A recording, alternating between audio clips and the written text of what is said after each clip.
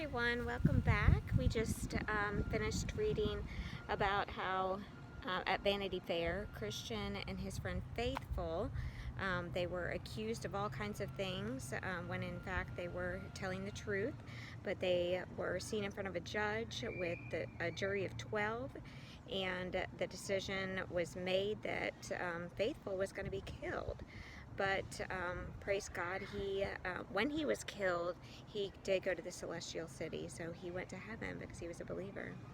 So we're going to continue on with the story here in kind of my side yard up underneath the tree. Another great place to read. As for Christian, he was set free, and there came to join him a man named Hopeful.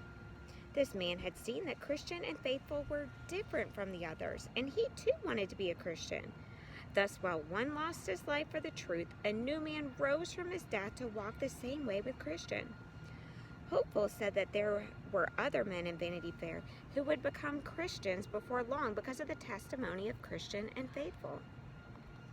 By and by, their way lay by the bank of a pure stream from which they drank. On each side of it were green trees that bore fruit, and in a field through which it ran they lay down to sleep. Okay, so here, Christian and Hopeful, his new friend, enjoying the shade and the stream. When they woke up, they sat for a while in the shade of the tree. They went on like this for 3 or 4 days, and to pass the time they sang, "He that can tell what sweet fresh fruit and leaves these trees do yield, will soon sell all, that he may buy this field." Now on the left hand of the road was Bypath Meadow, a fair green field with a path through it and a stile. "Come, good Hopeful," said Christian, "let us walk on the grass." Christian, "How can it? Look, doth it not go along beside the highway?"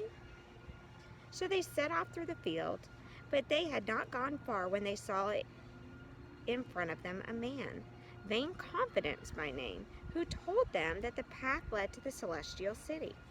So the man went first. But lo, the night came on, and it grew so dark that they lost sight of their guide, because Vain Confidence did not see the path in front of him. He fell into a deep pit and was heard of no more. "Where are we now?" asked Hopeful. Christian did not answer.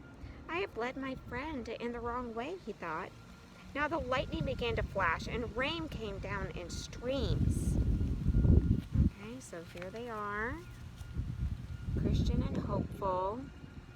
They're in the storm. Okay, in the dark. They don't know where they're at. Hopeful, "Oh, that I had stayed on the right path." Christian, "Who could have thought that this path should lead us wrong?" Hopeful, "I was afraid of it from the first, and so were you."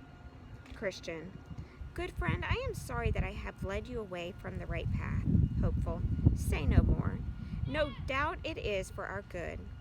Christian, "We must not stand here talking. Let us try to go back." Hopeful, "But, good Christian, let me go first." Then they heard a voice say, "Set thine heart toward the highway. The way thou hast been, turn once more." But by this time the stream was deep from the rain that fell, and to go back did not seem safe. Yet they went back, though it was so dark and the stream ran so high that once or twice they thought they would drown.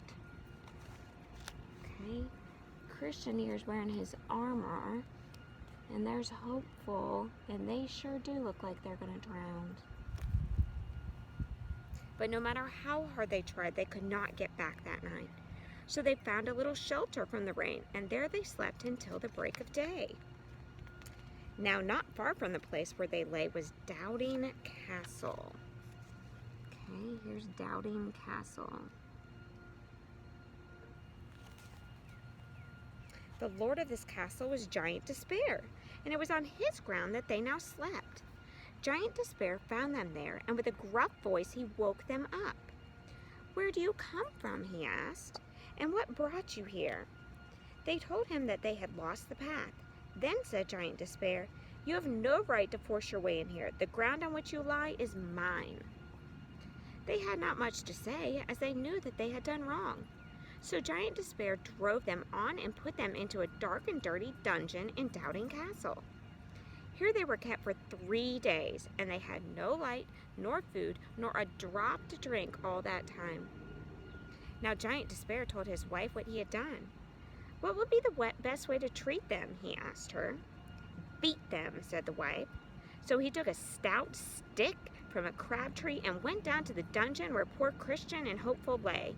He beat them as if they were dogs. He beat them so hard that they could not even move, and they spent all that day in sighs and tears. Okay, here's Giant Despair beating them like dogs. Angry man. The next day, Giant Despair came once more, and he found them sore from the beating. "There is no chance that I will ever let you go," he told them. "The best thing for you to do is to end your lives. For what is the sense of going on living in this misery?" "We still have hope that you will let us go," they replied. With that, he sprang up with a fierce look, and no doubt would have killed them, but that he fell into a fit for a time and lost the use of his hand. So he drew back and left them to think of what he had said. Christian: "Friend, what shall we do? The life that we now lead is worse than death. For my part, I know not which is best, to live in this dungeon or to kill myself. I feel that even the grave would be a happier place than this dungeon. Shall we let Giant Despair rule us?" Hopeful: "In good truth, our case is a sad one, and to die would be more sweet to me than to live here. Yet let us bear in mind that the Lord of that land to which we go hath said, 'Thou shalt not kill.'" Coming from the 10 Commandments. God is still the ruler of all things. Who knows but that God, who made the world, may cause Giant Despair to die or lose the use of his hands as he did at first? I have made up my mind to be brave and to try to get away from this place. I was a fool not to get away the first time he came to the dungeon, but let us not put an end to our lives, for good may come of this yet. But these words, Hopeful helped Christian to change his mind. Well, at night the giant went down to the cell to see if they were still alive. They were alive, but just barely. Because of their wounds and lack of food, they could not do much more than breathe. When Giant Despair found they were not dead, he fell into a great rage and said that it should be worse with them than if they had not been born. At this they shook with fear, and Christian fainted. When he came to, Hopeful said, "My friend, think of how strong in faith you have been until now. Say, could Apollyon hurt you, or all that you heard or saw or felt in the valley of the shadow of death? Look at the fears, the griefs, the woes that you have gone through, and now to be cast down? I, too, am in this cell, far more weak a man than you, and Giant Despair beat me as well as you, and keeps me from food and light. Let us both bear up as well as we can." When night came on, the wife of Giant Despair said to him, "Well, will the 2 men yield?" "No," he answered. "They choose to stand firm, and they will not put an end to their lives." Then said the wife, "At dawn, take them to the yard and show them the graves of all those whom you have put to death, and make use of threats." So Giant Despair took them to this place and said, "In 10 days' time you shall be thrown in here, if you do not yield. Go, get you down to your den once more." With that he beat them all the way back, and there they lay the whole day. Now when night was come, Giant Despair's wife said, "I fear much that these men live on hoping that they can pick the lock of the cell and get free." "Do you think so, my dear?" said Giant Despair to his wife. "Then at sunrise I will search them." Now that night, as Christian and Hopeful lay in the den, they fell on their knees to pray. Okay, there's Christian and Hopeful in their cell, on their knees praying, barely alive.